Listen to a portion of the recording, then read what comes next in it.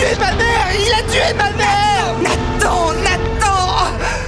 Ce jour-là, Nathan a assisté impuissant au meurtre de sa mère. Pétri de peur, il s'est caché dans le placard. Après que la police ait déplacé le corps de sa mère, les menaces du meurtrier résonnaient encore dans ses oreilles. La police a immédiatement lancé une enquête approfondie. Elle a finalement découvert que Kasky avait des conflits avec la victime. Mais faute de preuves directes, il était impossible de l'inculper. Les enquêteurs ont alors organisé une identification vocale pour Nathan. Numéro 2. T'es rien sans moi, pauvre roulure. 3. 4.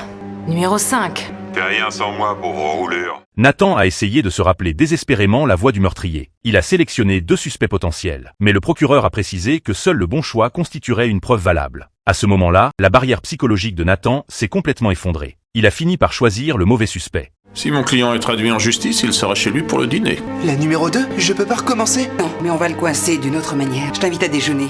Plus tard, pendant le déjeuner, Nathan a reconnu la silhouette de Kasky, identique à celle du meurtrier. Il s'est précipité au milieu de la circulation pour rattraper Kasky. Mais Benson l'a rattrapé et l'a arrêté à temps. Nathan était furieux contre lui-même d'avoir laissé passer le vrai coupable. Alors que Benson tentait de lui obtenir une nouvelle chance d'identification, le chef de la police a annoncé que Kasky avait été tué par balle. Tout le monde s'est immédiatement rendu sur les lieux. Ils ont trouvé Nathan tremblant, une arme à la main. Non, je ne veux pas qu'il t'arrive quelque chose. Il l'a tué! J'ai fait une erreur et je veux la réparer! Grâce aux paroles douces et réconfortantes de Benson, le garçon a finalement posé son arme. De retour au commissariat, le procureur a décidé d'inculper Nathan. Par conséquent, il devrait être jugé en tant que mineur. Le procureur n'acceptera pas de le faire juger en tant qu'adulte. Je n'ai donc pas le choix. En considération avec tout ce qu'il a vécu. Et la pitié n'est pas suffisante. Je suis prête à négocier si vous me donnez une raison.